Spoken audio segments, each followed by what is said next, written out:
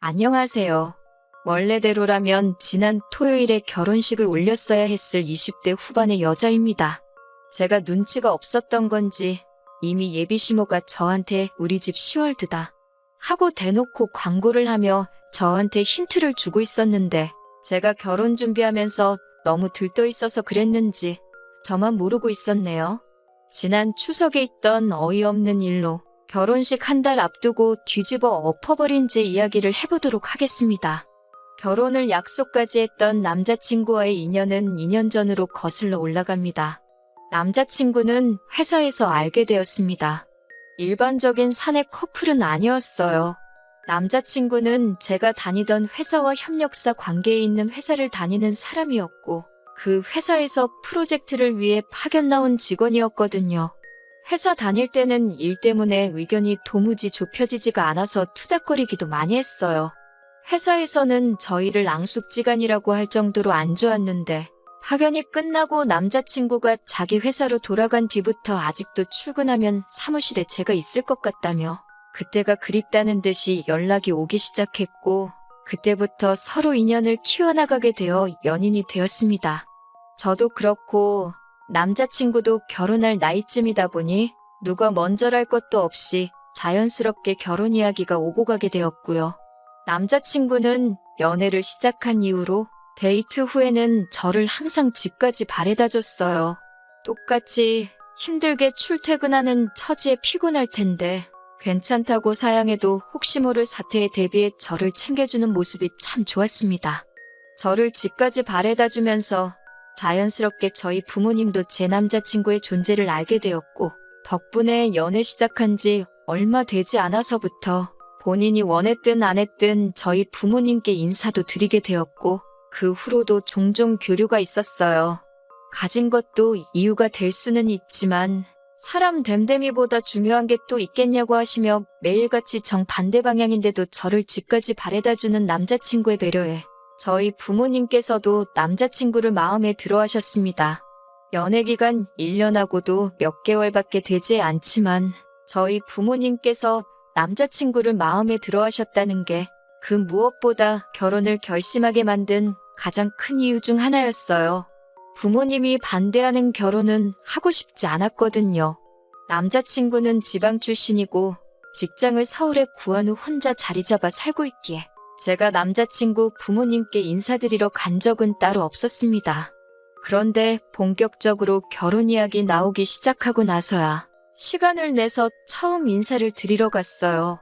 저희 친가나 외가 통틀어서 남자는 하늘 이러는 친척도 한 명도 없었고 명절 때도 정말 가족들 모여서 하는 행사라는 생각이 들 정도로 서로 돕고 화기애애한 분위기였어요.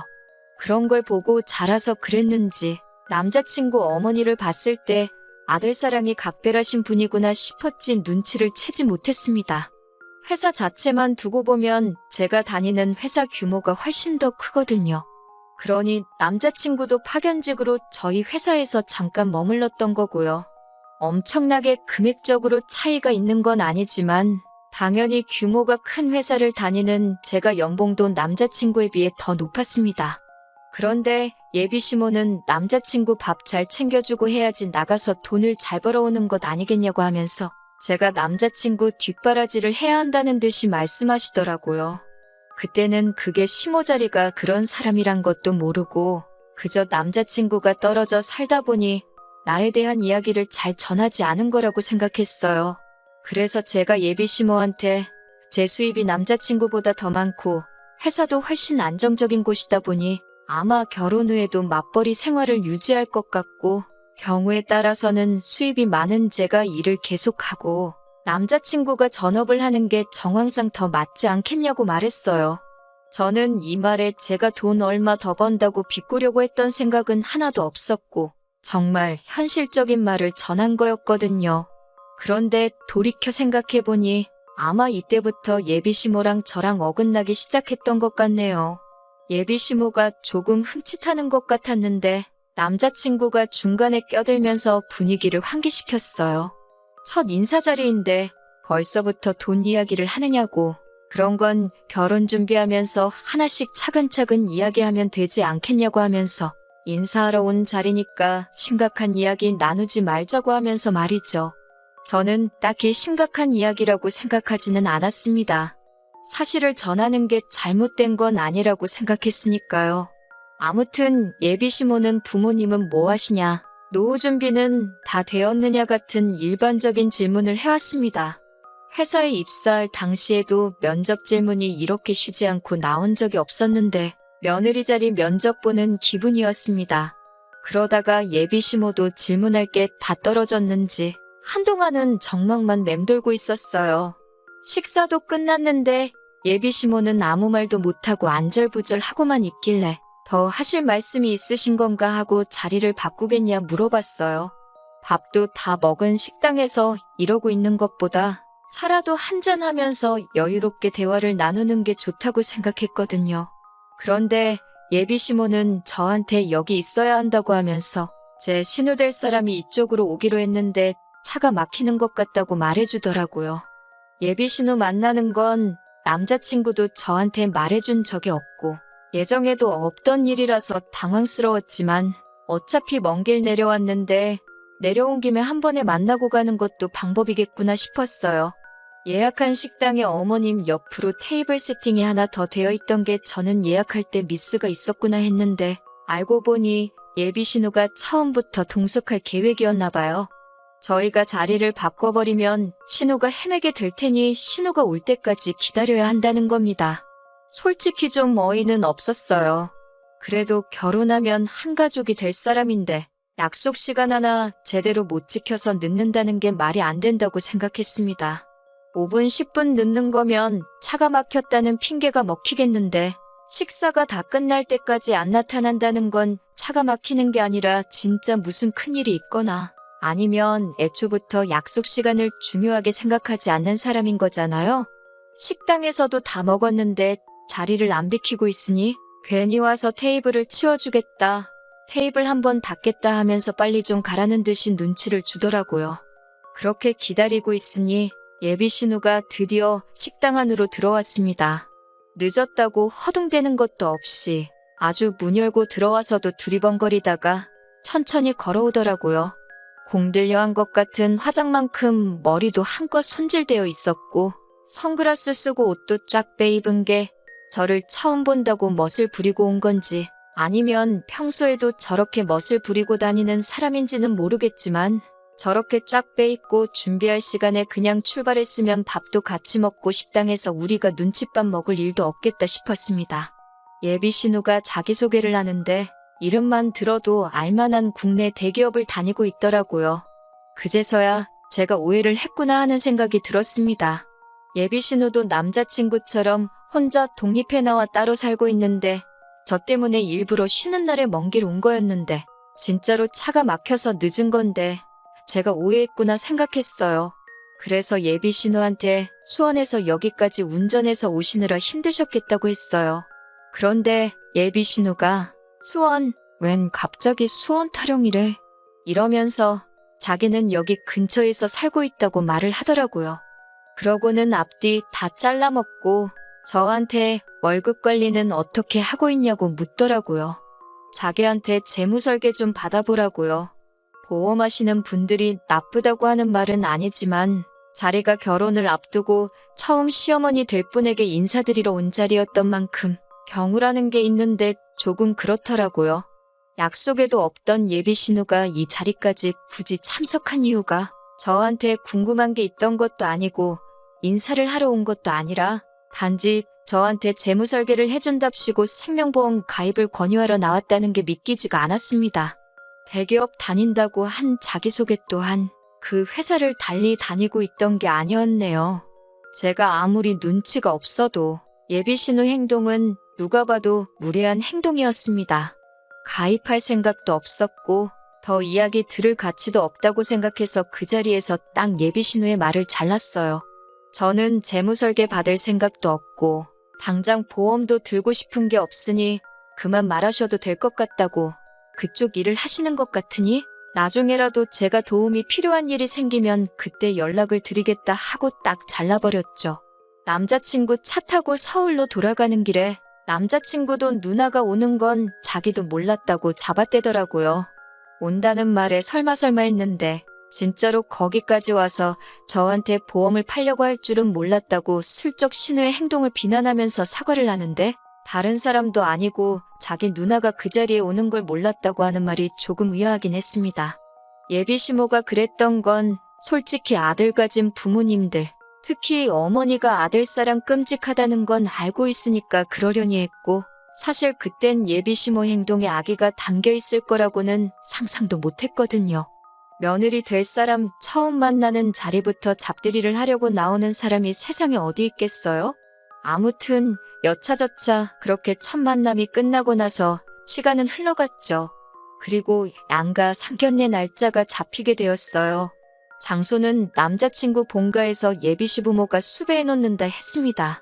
거리가 꽤나 되다 보니 사실 양가의 중간 어디쯤에서 만나는 방법도 있었지만, 거리가 거리이니만큼 남자친구가 자기 차로 모시겠다고 했고, 저희 부모님도 그럼 오랜만에 좋은 공기도 살겸해서 다녀와도 좋겠다고 하시기에 그렇게 하기로 했어요. 그런데 상견례 장소라고 도착을 하고 나니 저는 주차장에서부터 경악을 금치 않을 수가 없었습니다. 도착한 곳이 동네에 있는 곱창구이 집이었거든요. 설마 했어요. 주차장만 공유하고 건물 안에 따로 적당한 장소가 있는 줄만 알았습니다. 남자친구 따라 들어가니 곱창구이 집 안에 이미 시부모님이 자리 잡고 앉아서 저희를 기다리고 계시더군요. 조용하게 방이 따로 있는 것도 아니고 그냥 시끌벅적한 평범한 곱창구이 집이었습니다. 자리에 앉으니 예비 시모가 한다는 말이, 상견례도 결혼식도 따지고 보면 허례허식 아니겠냐고, 괜히 폼 잡는다고 맛도 없는 한정식 집 같은 데서 만날 바에야 평소에 좋아하고 먹고 싶은 거 먹는 게 최고 아니겠냐면서 이 집이 그래도 동네에서 소문난 맛집이라고 설명을 해주더라고요. 저희 부모님도 당황하신 듯해 보였지만 듣고 보니 그 말도 맞다면서 그냥 웃어 넘겨주셨어요. 저는 그 와중에도 혹시 신우가 와서 영업 같은 거 하지 않을까 테이블 위 세팅부터 살펴봤습니다. 인원수대로 준비되어 있는 게 정말 다행스럽게도 신우는 안 오는 것처럼 보였어요. 양가 어른들이 처음 만나는 의미 있는 자리를 가지고 그걸 허례허식이라고 말하는 것도 어이가 없었어요. 더더욱이 남자친구는 상견례 장소가 다른 곳이 아니라 곱창구이 집인 걸 이미 알고 있었으니 저한테 귀뜸조차 해주지 않았다는 사실이 실망스러웠습니다. 이런 데서 상견례를 할 거였으면 차라리 제가 시가하고 저희 집 중간쯤 위치되는 곳에 분위기 좋고 조용한 곳으로 예약이라도 했었을 텐데 말이에요. 저희 부모님이 괜찮다고 웃어넘기지만 않으셨으면 자리 박차고 일어났을 겁니다. 그나마 다행인 건 그래도 자리의 중요성을 알고는 계시는지 중요한 대화가 끝날 때까지 따로 식사는 시작 안 하시고 상견례다운 이야기를 주고받았다는 거예요. 결혼식은 애들 직장이 서울이니 서울에서 올리는 게 좋겠다던가부터 시가 쪽에서 오기 편하라고 대절버스를 보내겠다는 이야기, 애들 반반 결혼하기로 했으니 예단 예물은 생략하고 대신에 서울에서 결혼식 올리는 만큼 저희 쪽에서 결혼식 비용을 하겠다, 이런 이야기가 오고 갔고, 예비 시모도 어떻게 결혼식 비용을 한쪽에서만 대느냐 하면서 꾸민비로 어느 정도는 저한테 돌려주겠다 하는 정상적인 이야기가 오고 갔습니다. 식사가 끝나갈 때쯤에 남자친구가 슬쩍 누나는 오늘 안 오느냐고 눈치도 없이 물어보더라고요. 안 오는 것 같아서 마음 놓고 있었는데 예비 시모도 아니고 남자친구가 지 누나를 찾고 있으니 어이가 없었어요. 예비 시모는 기다렸다는 듯이 안 그래도 한번 인사는 시켜드려야 하는 거 아니냐 하시면서 자리에 부를까 말까 하시길래 제가 오늘만 날이 아니니까 신우는 없어도 되겠다고 중간에 말을 잘라서 겨우 무마시켰네요. 저희 부모님도 제 행동에 뭔가 눈치를 채신 듯 식사까지 다 끝났는데 오라가라 하는 것도 아닌 것 같다며 저한테 동조를 해줘서 남자친구 누나가 오는 것까지는 어떻게 잘 무마가 되었습니다. 자리는 나중에 마련해보자고 했고 상견례는 그렇게 잘 흘러갔네요. 서울에 다시 도착해서 그날 저녁에 남자친구한테 제가 자기 누나랑 잘 지내면 좋겠다는 듯이 이야기하더라고요. 십자 들어간다고 벌써부터 그렇게 싫어하는 티를 낼 필요가 있느냐며 뭐라고 하는데 너네 누나가 첫 만남에 나한테 보험가 있거니만 안 했어도 나도 그렇게 행동하지 않았을 거다 말하니 저보고 너무 그 사람이 하는 일을 가지고 사람 됨됨이를 평가하는 건 나쁜 버릇이라고 저를 가르치려고 하더라고요. 누나가 뭐 등쳐먹으려고 하는 게 아니라 정말 도움이 되는 거니까 도와주려고 하는 일을 가지고 너무 나쁘게만 본다나요? 이제 한 가족인데 자기 얼굴 봐서라도 한두 개쯤 가입하는 거 어려운 일 아니지 않느냐고 하는 거예요. 한두 개쯤 들어줄 수 있지요. 그런데 제가 어머님 처음 만나는 자리라든지 양가 어른들 처음 만나는 자리에서 영업하게 두는 게 맞는 행동이냐고 따지니 더 말은 못하더라고요. 나중에 따로 자리를 만들자고 했으니 그때 이야기하는 게 좋겠고 솔직히 가족이 된다는 이유로 필요도 없는 거 가입하라고 강요하는 거 저는 원치 않는다고 다시 강조를 했더니 기분이 나쁘다는 듯이 툴툴대면서 누나 이야기는 이제 그만하자고 알아서 대화를 잘라주더라고요. 상견례 이후로 별다른 일도 없었고 결혼 준비도 다 마무리가 되었습니다. 그리고 정말 결혼식만 앞두고 있었어요. 그런데 얼마 전 추석에 기어이 일이 벌어지고 말았습니다. 예비시댁의 연휴 중에 한 번은 찾아가야 되나 말아야 되나 고민이 되었습니다. 마음 한편에서는 왠지 과일 바구니라도 하나 들고 시댁을 찾아뵈야 하는가 하는 의무감이 들기는 했는데 솔직히 같은 서울에라도 있다면 생각이라도 해봤겠지만 차로 몇 시간을 가야 하는데 엄두도 나질 않았어요. 게다가 어떻게 보면 결혼하기 전 맞게 된 마지막 명절인데 막내딸로 부모님 앞에 어리광 부릴 수 있는 마지막 기회인 것 같아 그냥 이번 추석에는 집에서 가족들과 함께 보내며 쉬어야겠다는 생각을 하고 있었습니다. 그런데 명절 연휴 시작하자마자 남자친구가 저희 집 앞이라고 연락이 왔습니다. 속으로 엄청 뜨끔했죠. 이미 연휴 시작 전부터 어떻게든 안 갈 궁리를 하고 있었는데 생각도 못한 남자친구가 이렇게 찾아왔으니까요. 그래서 집에서 편하게 입고 있던 상태로 나가서 남자친구를 마중 나갔는데 남자친구가 놀라면서 저한테 복장이 그게 뭐냐고 뭐라고 하더라고요. 집에서 있는데 뭐 차려입고 있어야 되냐고 했더니 그 옷 입고 지금 자기 부모님한테 갈 거냐고 물어보는 겁니다. 남자친구는 명절이라고 우리 집에 인사드리러 온 게 아니었던 거예요. 저를 예비시가에 데려가려고 찾아온 거였던 거죠. 사전에 저한테 미리 물어보지도 않고 지 멋대로 지금 뭐 하는 거냐고 한마디 했더니 명절인데 며느리가 당연히 가야 되는 거 아니냐고 하더군요. 아직 결혼식에 한 달이나 남았는데 왜 내가 벌써부터 며느리냐고 한마디 했습니다. 솔직히 찾아뵙는 거 어려운 일도 아니고 제 스스로 찾아뵐 생각도 갖고 있었는데 저렇게 나오니까 정말 더더욱 가야 할 이유를 못 느끼겠더라고요. 그런데 남자친구가 오히려 저한테 큰 소리를 치는 겁니다. 저보고 웃긴다고 하네요. 며느리도 생겼고 추석이기도 해서 시가 친척들이 다 시댁으로 향하고 있는데 주인공인 제가 빠지면 어떡하냐는 거예요. 그러면서 한다는 말이 제가 빠지면 우리 엄마 체면도 말이 아니고 온 가족들 음식 준비도 우리 엄마 혼자서 해야 하는 거 아니냐고 벌써부터 시댁 행사 빠질 생각 하지 말고 시간 줄 테니 저보고 빨리 준비하고 나오라는 겁니다. 그 말을 들으니 상견례 날 저보고 신혼 무시하지 말라고 했던 말부터 지금 막무가내로 제가 오히려 예비시모 일 시키려고 일부러 저런다는 듯이 말하는 것까지 여태껏 결혼 날짜 잡기 위해서 남자친구가 그동안 제 눈치 보면서 편들어주는 척을 한 거지.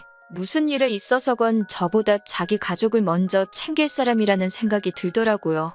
그래서 내가 왜 벌써부터 너네 집 며느리냐고 너네 가족 음식은 너가 가서 챙기라고 한마디 했어요. 아직 결혼식도 안 올렸는데 벌써부터 며느리 신문으로 타는 거 강요하는 거 보면 안 봐도 답이 나온다고 결혼도 다시 생각해봐야겠다고 하고 뒤도 안 돌아보고 집으로 돌아왔습니다. 저희 부모님 눈치는 보는 건지 따라 들어오지는 못하고 제 전화기에 불이 나도록 전화를 하더군요. 마지못해 전화를 받으니 쩔쩔매면서 자기 본심이 아니라며 미안하다고 사과를 하더라고요.